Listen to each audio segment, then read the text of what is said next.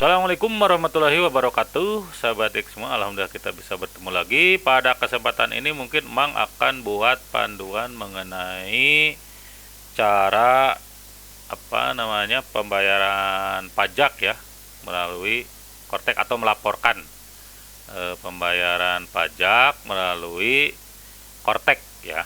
Karena kebetulan Maret ini memang harus kita melaporkan ya untuk yang tahun 2025. Nah, di sini seperti biasa kita login ya. Mungkin nanti Mang skip aja ya untuk yang login ini karena udah pada tahu kan lah ya, ID penggunanya apa, nick biasanya ya. Terus sandinya kita masukkan juga captcha ya. Oke ya. Kita skip dulu ya videonya ya.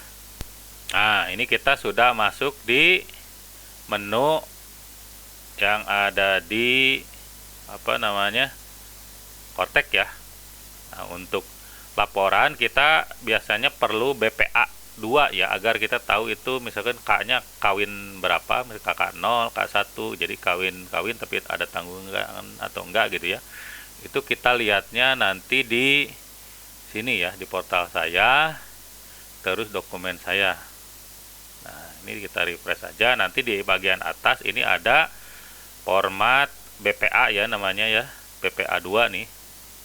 Nah, yang ini ya, BPA 2 kita unduh nanti ya, unduh, dan hasilnya Mang seperti ini ya. Ini yang akan Mang jadikan contoh untuk pelaporan ya. Nah, ini yang penting nanti akan lihat adalah ini ya, status PTKP-nya K0. Terus nanti kita cross check juga ininya nih, penghasilan, terus jumlah pemotongan dan lain-lain, takutnya ada perbedaan lah gitu ya. Jadi kalau dengan ini kita ada kontrol ya, kita itu pajaknya nihil atau ada kekurangan atau kelebihan ya dengan ada ini. Oke, itu ya yang pertama. Lalu kita masuk ke menu di sini SPT ya, surat pemberitahuan, klik SPT ya. Nah, ini ada surat pemberitahuan lagi di menu atasnya, kita klik lagi. Nah, di sini buat konsep SPT ya. Sini. Nah, ini dia ya. Kita klik konsep SPT. Kita pilih PPh orang pribadi. Ini Amang lupa ya. Ini kita buat untuk terutama yang ASN yang melaporkan secara pribadi ya. Masing-masing lah gitu ya melaporkannya.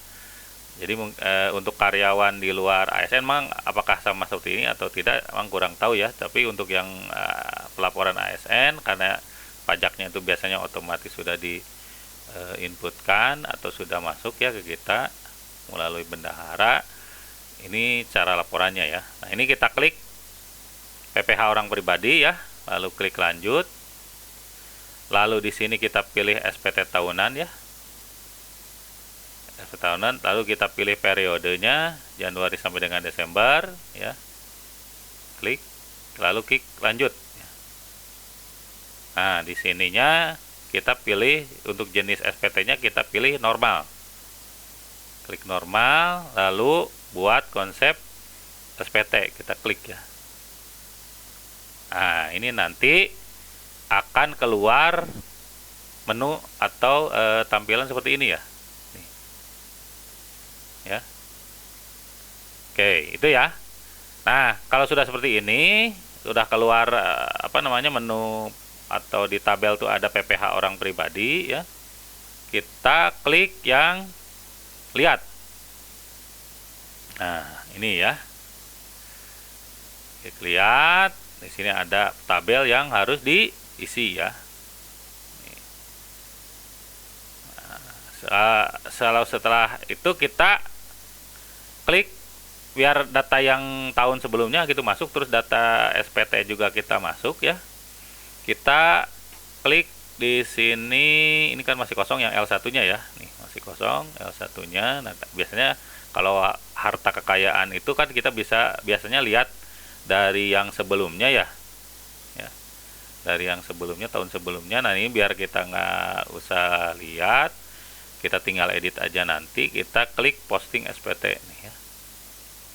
Posting SPT. Nah, ini biasanya otomatis nanti Yang L1-nya ini terisi nih. Nah, kan ada ya. Ada kendaraan, ada harta lainnya, tabungan, dan ini tuh ada di L1-nya sudah terisi, berarti udah ngambil dari tahun sebelumnya, dan juga untuk laporan pajaknya ngambil dari tahun ini gitu ya, tahun 2025. Kita di ikhtisar neto, kita yang awal ini ya, apakah Anda menerima penghasilan dalam negeri? Ya, ini kita isi ya. Nah, ini otomatis terisi ya, karena tadi kita udah posting SPT, sehingga BPA-nya itu masuk ke sini ya.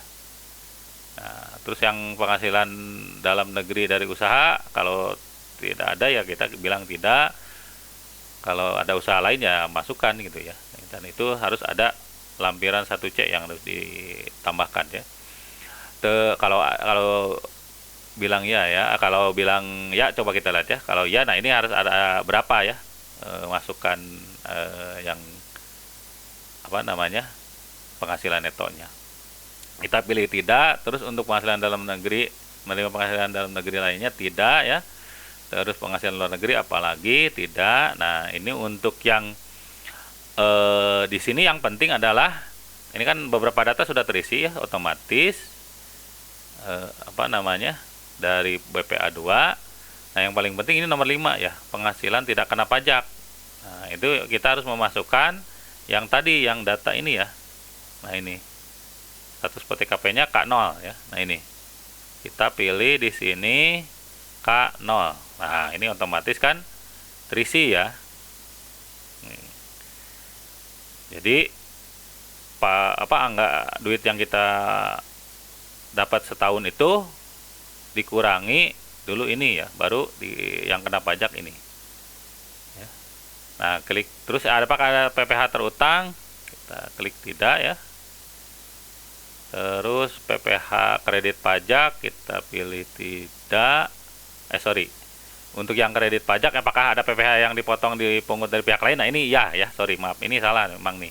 Karena nanti di sini di 1E nanti kita lihat ya. Nah, ini di lampiran 1E ini ada, nah ini ya, daftar pengutan PPh. Nah, ini yang dipotong oleh dinasnya ya. Nah, itu ya. Jadi kalau yang tadi di di pertanyaan yang D atau 10A ya, kredit pajak atau 10A, kita pilih ya karena memang ada potongan oleh dinas yang dipotong gitu ya. Nah, ini apakah menerima pengurangan PPh luar negeri? Tidak ya. Nah, itu yang lainnya sudah tidak usah diisi lagi. Tinggal ini apakah ada teratur kewajiban bayar angsuran PPh 25, ini tidak ya. Ini tidak. Karena kalau yang ada isinya biasanya ini ada warning orange ya. Contoh yang ini kalau Mang bilang tidak misalkan, nah dia ada warning nih, harap periksa. Jadi memang ada potongan pajak gitu. Jadi kita harus menjawab ya gitu ya. Kalau yang memang tidak ada masalah, ini dia biru ya semua ya. Terus harta pada akhir tahun sekian, dan ini apakah menerima pajak tidak utang? Tidak ya. Apakah Anda penghasilan dikenakan pajak final? Tidak. Ini juga tidak. Dan yang terakhir dari luar negeri juga tidak gitu ya. Nah, ini SPT-nya ini udah nihil ya. Berarti sudah sama lah antara yang dibayarkan gitu ya dengan yang ada di SPT ini. Ya. Dan untuk L1 di sini ya, ini memang ada beberapa data kalau memang harus dilengkapi ya, ini tinggal diedit aja sebenarnya ya. Nah, ini ya, misalkan peralatan berharga lainnya, harta lainnya, ini kalau mau diedit misalkan tahun pendapatannya dan lain-lain, ini tinggal diklik edit ini ya. Nah, mungkin Mang akan masuk sana, melainkan hanya untuk pembuatan SPT tahunan untuk penghasil pajak orang pribadi. Dan ini sudah nihil ya. Nah, ini ada beberapa kasus tidak nihil, melainkan misalkan kekurangan bayar ya. Nah, itu biasanya kita mendapatkan pendapatan di luar dari dinas kita gitu ya. Dari misalkan gaji atau tunjangan misalnya. Misal di L1 ini 1E ini ada menjadi narasumber di mana gitu ya, dan itu mendapatkan honor gitu ya. Nah, itu biasanya suka ada di sini tuh informasi lain ya. Nah, itu tapi tergantung ya, kalau dipotong ya aman. Yang ada beberapa masalah itu yang kurang bayar tuh pajaknya itu sebenarnya dipotong tapi tidak dilaporkan gitu. Nah, itu ini kita harus bayar kekurangan pajak itu gitu ya. Itu kasusnya lain ya. Sudah sama ya semua. Kita tinggal checklist ini ya. Nih. Checklist ini lalu bayar dan lapor ya. Tinggal klik ini. Nah, coba ini ada yang kolom kosong katanya ya, di mana ya? Coba kita cek. Oh, ini nih. Ini apakah terkena kerugian zakat? Ini tidak ya. Tidak, sorry ini. Memang ada yang kelewat. Nah, itu ya, kalau ada yang kelewat biasanya ada error nih. Ini juga harus di checklist tidak ya. Ya. Nah, kalau sudah seperti itu kita coba lagi bayar dan lapor. Nah, ini udah selesai ya. Nah, ini udah selesai. Dan ini ada pemberitahuan ke email ya.